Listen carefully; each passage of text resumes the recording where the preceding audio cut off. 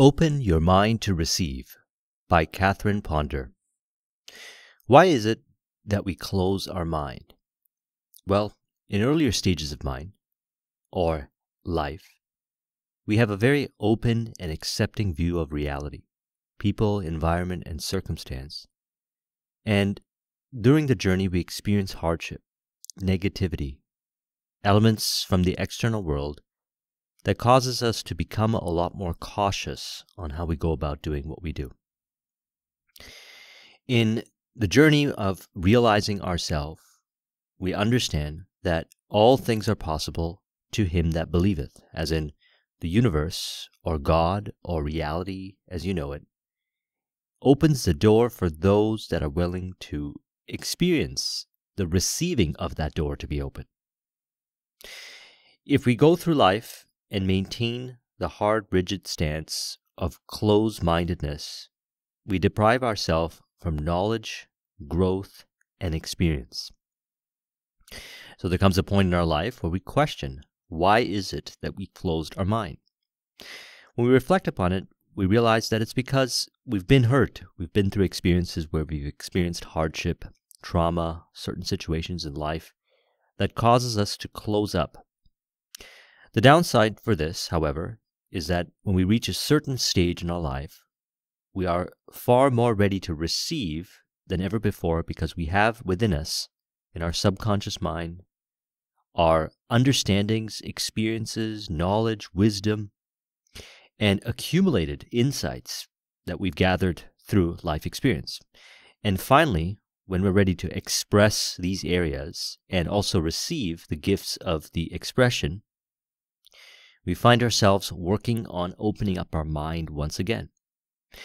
When we begin to open up our mind from that perspective, after laying a foundation of security and safety within ourselves, realizing that the world really is a friendly place, and we don't have to look at it from the perspective of fear, doubt, and indecision, as we have once looked at it from the past as a result of stimulus and experience that we had, we create that what we desire. We're able to manifest what we dream to be, and our experiences, our realities reflect the openness that we allow ourselves to experience.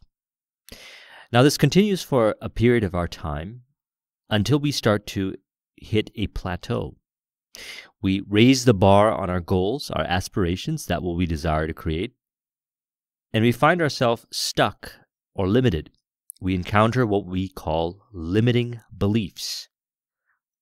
Values and beliefs that we have identified with that throttles the way we go about navigating reality, throttles the level of dreaming that we allow ourselves to have, and throttles the level of receiving, in other words, the realization of that what we want to create.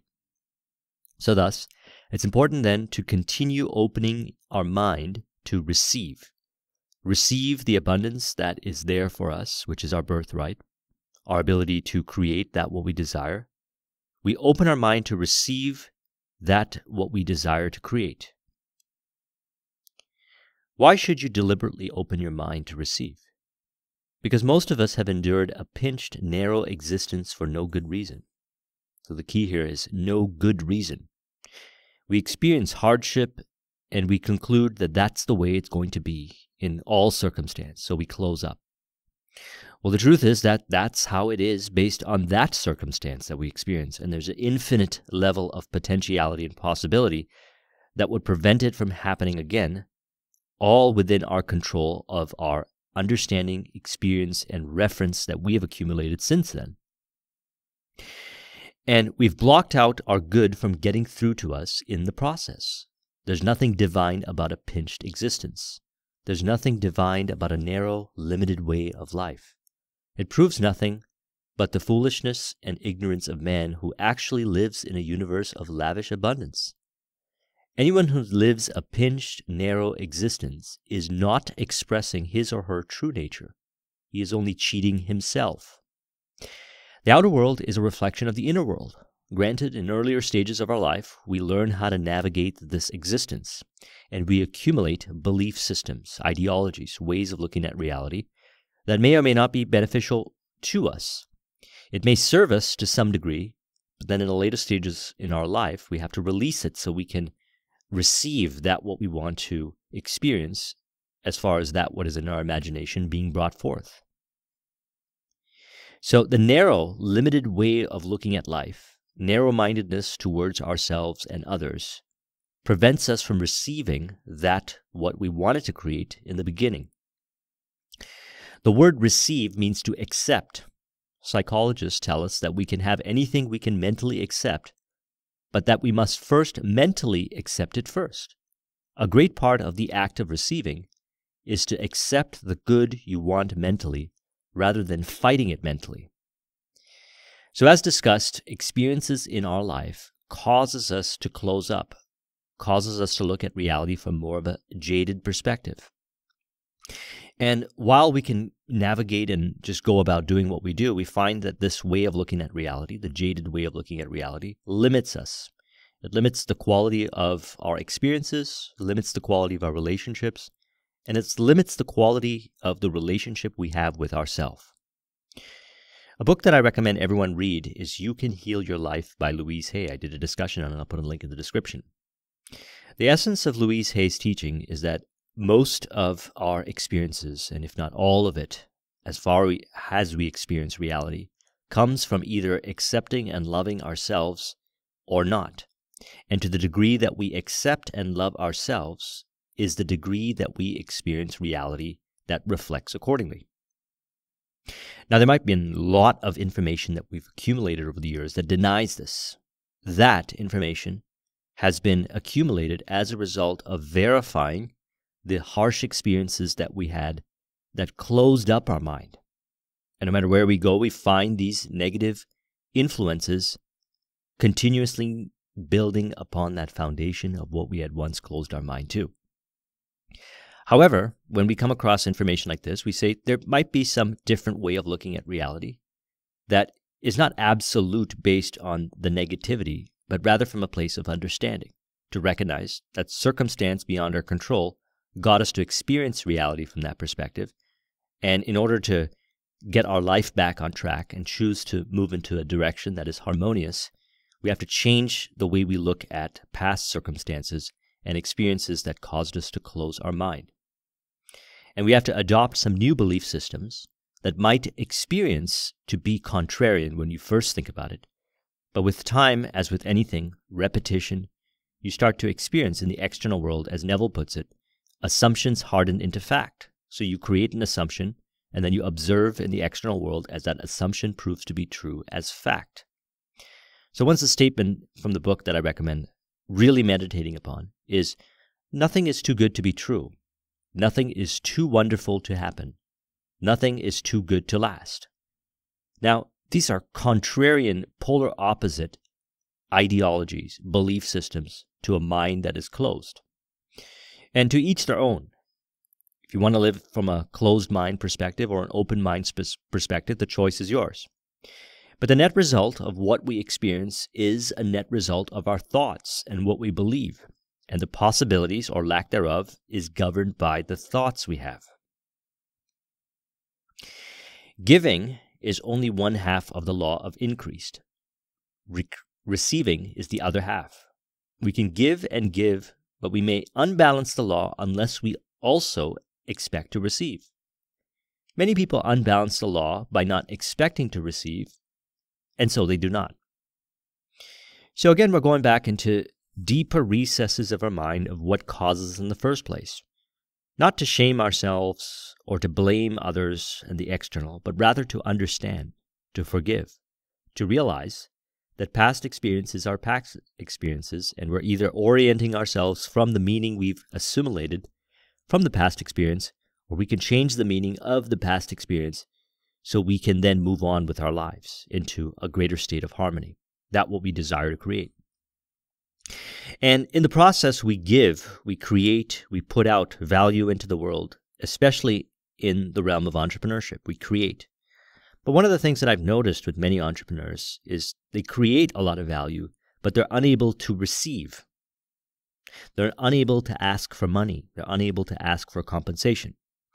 And this has everything to do with past experiences that has created rules in their mind that it's not okay for them to receive. And most of these rules are subconscious. And these subconscious rules throw off the balance in their life, and they experience states of inharmony. Much of their life seems inharmonious. They seem to give a lot, but are unable to receive, don't actually receive, because a lot of times they're subconsciously blocking it off. The law of the universe is what you put out comes back to you. And if you want to increase, as in the amount of receiving you get, the rewards you get, you have to give more. But a paramount philosophy above that is the idea that what you put out comes back to you in all cases, even if the past this has been denied. It's to now reassociate with this meaning and assume it till it becomes fact through affirmation and through practice and conduct. This is to shift your mind into a different direction, one of empowerment. It is far more empowering to believe that what you put out comes back to you than it is to say that you have to put out way more and you will receive less, or the world is about doing a lot of hardship and hard work and the rewards are very few, or whatever kind of belief system we've adopted along the way. Because what we believe to be true will manifest in the external world, and it will prove itself based on the thoughts within. The thoughts create that what is experienced in the external world. And yes, some of our thoughts are accumulated thoughts based on past experiences and meaning that we've received via the five senses. And we have to forgive and let go of those thoughts, make peace with those in our past experiences, and bring us to a greater level of understanding that where you stand right now is your own acres of diamonds. You have within you tons of reference experience, knowledge, wisdom, and expertise, and it's all there within your subconscious mind. Plus, your mind is connected to the divine mind or infinite intelligence, and you can now draw upon resources more so than ever before. Plus, you're at a higher level of confidence and faith and ability to listen to your own inner voice to guide you in the direction of what needs to be done and what needs to happen to bring forth your definite chief aim. And as a result, you are supported. You are supported from within. So you can then release any ideologies that does not align with the idea that what you put out comes back to you. You can reflect back on the thoughts you have within and watch them manifest in the external world in the most obvious way and even the most unexpected, unobvious ways by tracking and cross-referencing it, making a study of yourself. Observe your behaviors and where they come from. They usually come from what is contained within your mind. And by mind, I'm not just talking about what you're consciously aware of, but more importantly, what you are subconsciously aware of. See, most of us is subconscious. Most of our thoughts are subconscious. And most of our subconscious has been programmed from past experiences. And we replay these past experiences, and they play out in the external world as people, environment, and circumstance to reveal the past experiences within. Now, we can understand that this is what's happening, and then we can change the cause within to be more harmonious by choosing more harmonious thoughts. And one of the harmonious thoughts that we could choose and adopt and identify with till we experience it more and more so in the external world is that giving and receiving is one. It's part of the full equation. You give and you will receive. It is as good to receive than it is to give. Some have the idea that it's better to give than to receive. Some have the idea that it's better to receive than to give. And whatever way you choose to look at it, it will reveal accordingly in the external world as harmony or inharmony. The ideal is to realize that giving and receiving is one. What you put out will come back to you. You have to allow yourself to receive that what you create. This will bring you into a greater spirit of giving, and you will find yourself giving more. Now, this is where you tap into unconditional love, which is a higher state of consciousness. In David Hawkins' work, Letting Go, and I'll put a link in the description for the video I did on it, he talks about operating in a higher state of consciousness, unconditional love, where you're not expecting to receive, but however, it is the law, so you will receive. So you give, and you give unconditionally, and you will always receive, but not from the idea that I'm going to give and then I'm going to receive. It is at that point where you have developed unconditional love, and this is a journey, where you'll notice that the receiving happens automatically. And then it'll be safe to assume that the receiving, that what you are getting as far as your reward that shows up in various shapes or forms, whatever reward that you want, is a net result of what you had once given or continue to give. One of the things we have to keep into consideration is our attention. So, as mentioned earlier, we had closed off our mind because we were hurt. We experienced hardship, so we closed up. So now that we're open again, and we're open to receiving and accepting, then one of the things we have to value more is our attention. We have to realize that now at this stage that we're at, that what we had put our attention on and the meaning we gave to what we have put our attention on impressed itself on the subconscious mind and created certain kinds of experiences. Now that we're at a higher state of evolution, higher state of consciousness, we can consciously choose where our attention goes, because now we know the implications of what we put our attention on. Thus, we can keep our mind more open because we have a conscious ability to put our attention to that what is harmonious.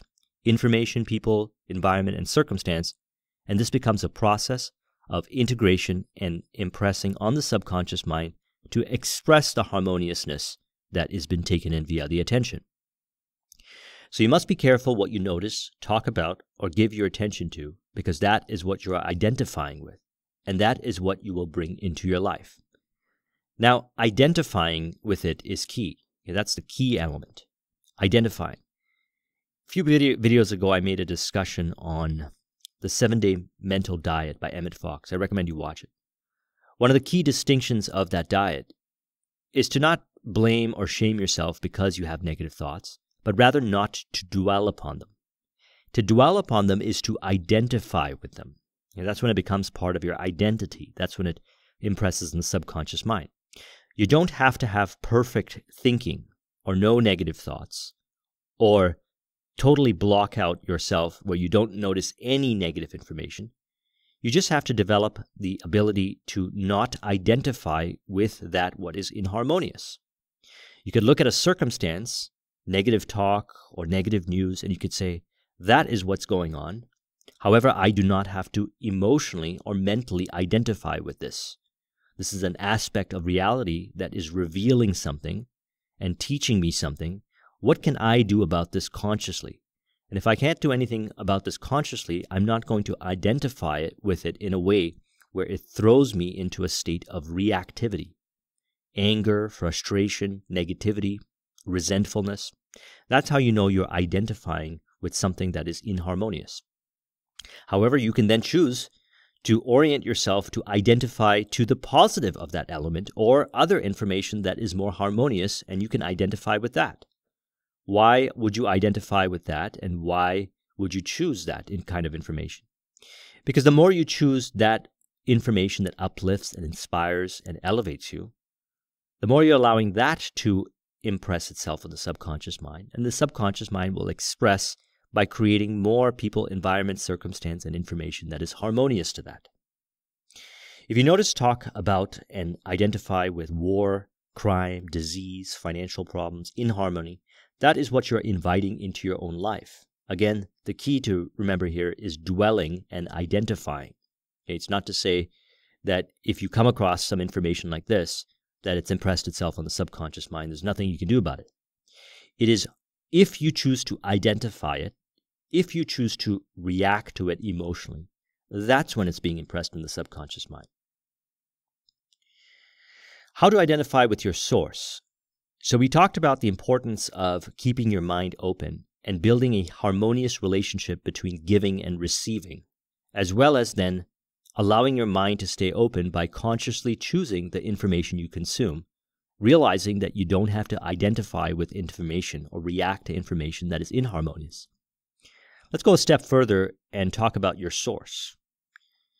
Open your mind to receive by telling God what you want instead of constantly telling people. Okay, this is where we tap into the sixth sense, the creative imagination. We have our five senses, where we get data via the five senses, and we assign meaning. A lot of times we get meaning from others, and it may or may not be empowering meaning. But now we're getting more aware of the kind of meaning we're putting to the information that we receive via our five senses. And then we have the meaning that we get from God, which is the sixth sense, or the imagination.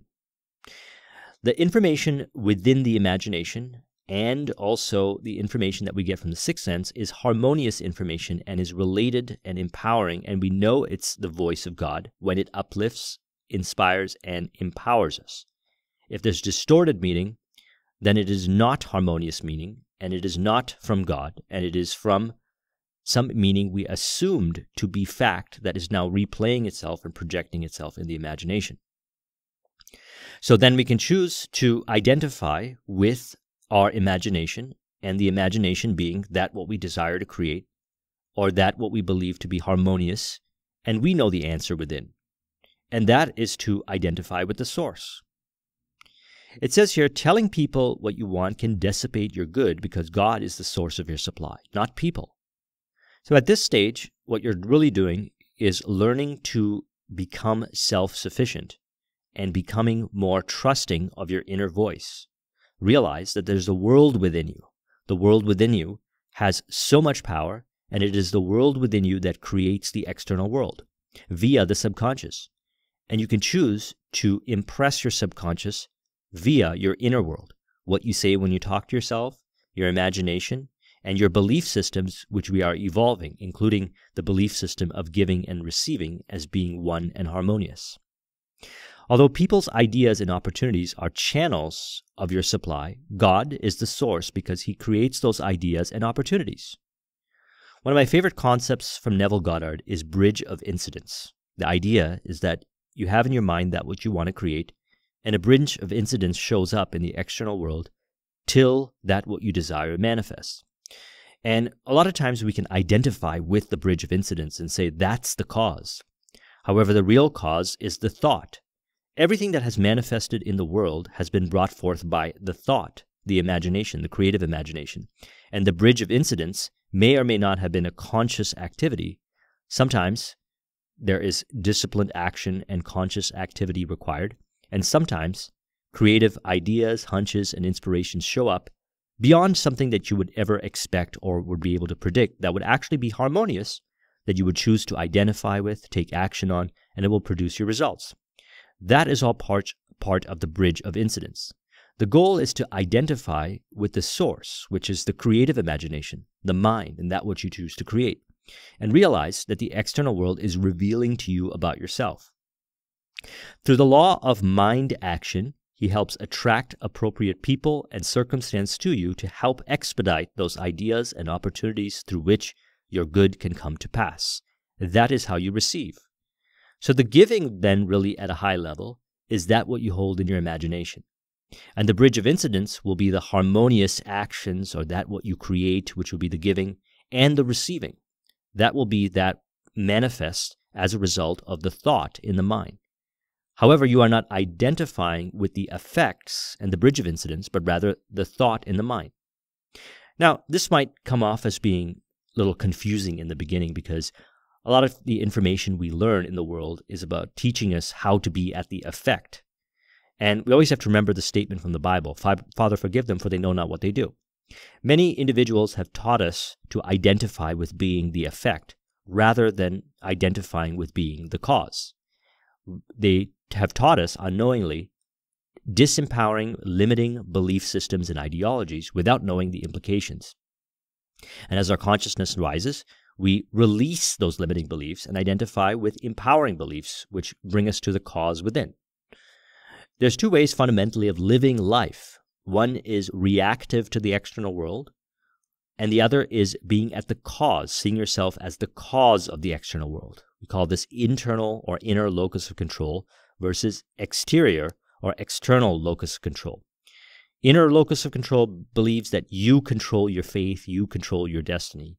And that's an empowering, confident way of looking at reality and working with your mind constructively to create what you want. Seeing yourself as an effect will result, in the beginning as mentioned, because we didn't know any better, that our mind will close up because we'll become very defensive. And as a result, from that perspective, we act from scarcity, fear, doubt, indecision. Those are all symptoms of a mind that operates as the effect. And remember that this is a journey, so it's relative. In some circumstances where you see yourself now as the cause, you might have once saw yourself as the effect.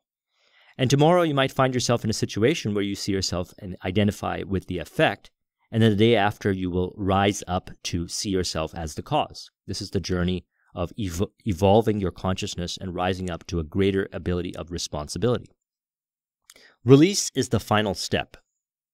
As a teacher of practical mysticism recently said, students of prosperity need to know when to release the inner work they have done and relax so that the outer results can come. There are resting places in mental action. There is a time to fish and a time to dry your nets. One of my favorite sayings is, wisdom is knowing the difference. So in my productivity training program, I talk about time, energy, resources, and opportunity cost. And opportunity cost is really, if you go deep into it, wisdom is knowing the difference, knowing when to take action and when to take a step back. So when do you know to take action? When do you take a step back? Well, this is where tuning into your own inner voice is very important. If we don't trust ourselves and we don't develop that relationship to listen to our inner voice, we'll allow reactivity from the external world or meaning or other people's stories to dictate and get us to take unnecessary action, which will result in confusion. The goal is to relax and release and get ourselves into more of a flow-based energy, one where we are having that burning desire of what we want to create while also having a detachment from outcome. Now, the ability to hold two polarizing thoughts in the mind at the same time is a level of mastery that you accumulate on this journey. Okay? Polarizing thoughts being on one side saying, burning desire, you want to create this. You have a desire to create what is in your imagination, the success.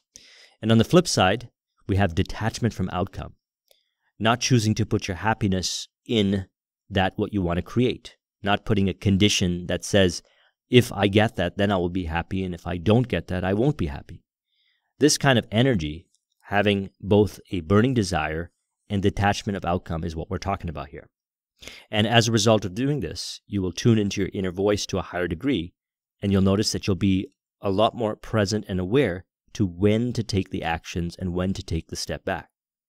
When we discuss the bridge of incidents, it does not mean that you won't be doing anything. Sometimes it will require doing stuff. Sometimes it will require you not to do anything. And one of the key philosophical elements that I learned on this journey is Wu Wei, action through inaction. The mindful, purposeful doing nothing for a reason. Think about times in your life where because you didn't meddle with the affairs of whatever is going on, that the problem resolved itself. This is you tapping into that ability. So we know that with certainty that it's not always action and doing that produces the results. Although I'm a big advocate of action as an entrepreneur, I also realize that there's times where you have to take a step back and let the problem solve itself through ways that are beyond of what you're capable of doing. Again, to be able to really grasp this, we have to practice having a higher degree of burning desire and detachment from outcome, embracement of both at the same time. And this is done through release. And the way to do this is to feel your tension. If you carry within yourself a lot of tension and wanting to create the outcome without being relaxed upon it, then you'll notice that the external world will represent that in inharmoniousness. So after speaking the word of receiving for a period, then declare that you have received and release it. Assume that greater good is already yours, since you claimed it on the inner plane. This helps that good to appear on the outer plane as visible results in rich, appropriate form under divine timing. And then finally, as you relax and let go, the process can open up way for unlimited results. As a result of releasing, you allow elements beyond your control to move around, to adjust, to assimilate, to do its thing, to be more harmonious with that which you want to create. If you want to copy this mind map, the link is in the description. Thank you very much for watching. I'll talk to you soon. Take care.